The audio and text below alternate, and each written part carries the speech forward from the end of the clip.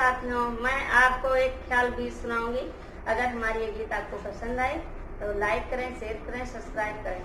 आपसे निवेदन है हमारी वीडियो आप पूरा देखें। आप सभी का हमारे चैनल में स्वागत है। जय श्री राम।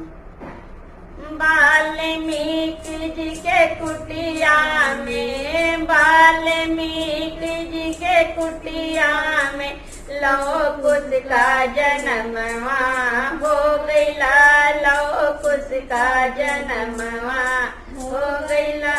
वाल्मीकि जी के कुटिया में, वाल्मीकि जी के कुटिया में लौ कुश का जन्मवा हो गईला, लौ कुश का जन्मवा हो गईला। सास घर नाही, ससुर घर नाही, सास घर नाही, ससुर घर नाही। यहाँ चरुआ चढ़ैया कोई नहीं, यहाँ चरुआ चढ़ैया कोई नहीं।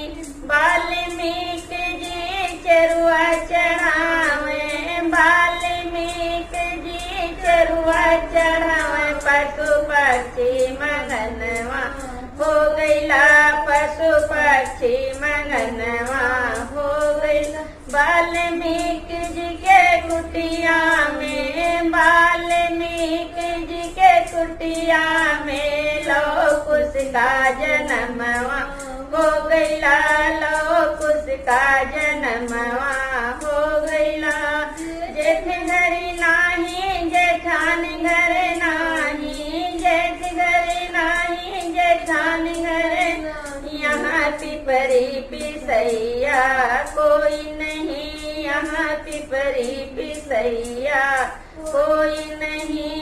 वाल्मीकि जी पिपरी पिसावे, वाल्मीकि जी पिपरी पिसावे। पशु पक्षी मगनवा हो गईला, पशु पक्षी मगनवा हो गईला। वाल्मीकि जी के कुटिया में, वाल्मीकि जी के कुटिया में लौ कुश का जन्मवा हो गईला, लौ कुश का जन्मवा हो गईला। देवर घर नाही, देवरान घर नाही, देवर घर नाही, देवरान घर नाही। यहाँ लेडुआ बंधैया कोई नहीं, यहाँ लेडुआ बंधैया कोई नहीं। वाल्मीकि जी लेडुआ बंधावे, वाल्मीकि जी लेडुआ बंधावे। पशु पक्षी मगनवा हो गईला, पशु पक्षी मगनवा हो गईला। वाल्मीकि जी के कुटिया में, वाल्मीकि जी के कुटिया में लौ कुश का जन्मवा हो गईला, लौ कुश का जन्मवा हो गईला। नंद घर नाही, नंदोई घर नाही, नंद घर नाही, नंदोई घर नाही। यहाँ कजरा लगैया कोई नहीं, यहाँ छठिया धरैया कोई नहीं। वाल्मीकि जी छठिया धरावे, वाल्मीकि जी कजरा लगावे। पशु पक्षी मगनवा हो गईला, पशु पक्षी मगनवा हो गईला।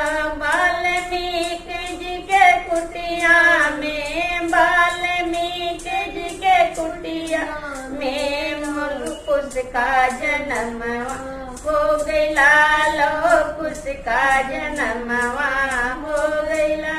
जय श्री